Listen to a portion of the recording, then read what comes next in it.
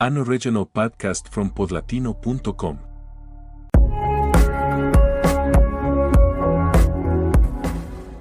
It starts with a guitar and the sound of a church bell. Then her voice, low, intimate, almost like a whisper.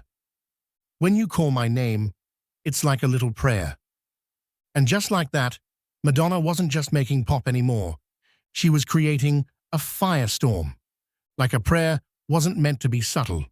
It was meant to be seen, heard, debated, and most of all, felt.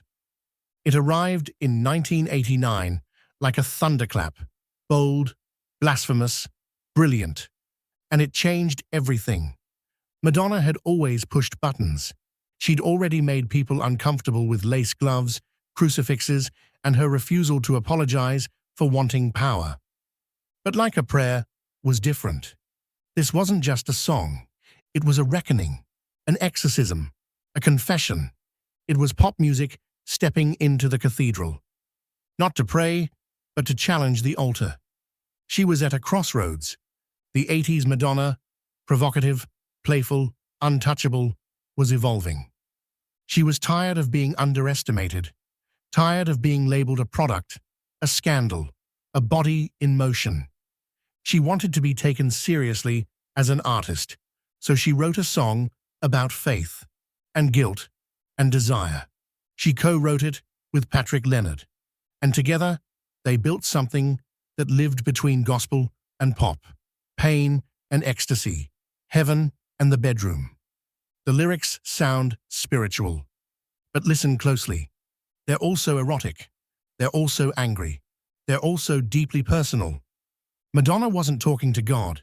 She was talking to us, to the church, to the patriarchy, to every system that told her she wasn't enough unless she was silent.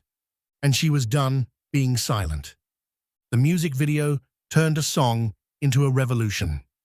It shows Madonna witnessing a crime. A black man is wrongly accused. A white woman is attacked. And the church, it stands still, silent, complicit. Then she walks into a church, lights candles, kisses a black saint, dances in front of burning crosses. It was art, and it was war. The backlash was instant. Religious groups protested. Parents screamed. The Vatican condemned it.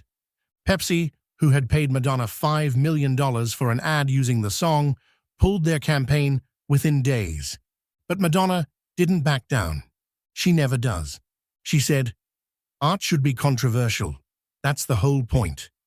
And she was right. Like a Prayer hit #1 in over 20 countries. Critics praised it. Fans worshipped it. It became more than a hit.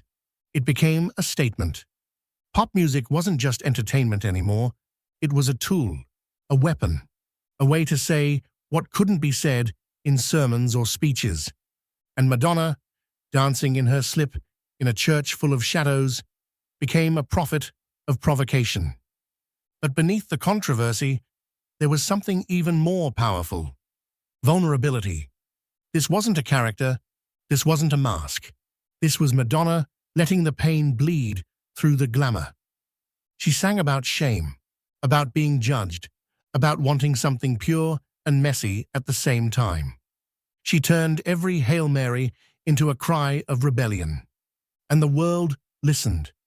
Decades later, Like a Prayer still stings, still stirs, still stands tall among songs that tried to play it safe. It's been used in protests, in queer liberation rallies, in moments when people needed courage dressed as melody. Because at its heart, Like a Prayer isn't just about religion. It's about choosing yourself when the world says you don't belong. It's about singing your truth, even when your voice shakes, even when the church doors are closed. In the end, Madonna didn't just give us a hit. She gave us a hymn. Not one you sing in pews, but one you scream in the face of silence. She turned scandal into scripture, desire into declaration, pop into power. And when she said, "I'm down on my knees, I want to take you there," she wasn't just talking to a lover. She was talking to history, to heaven, to herself, and she took us all with her.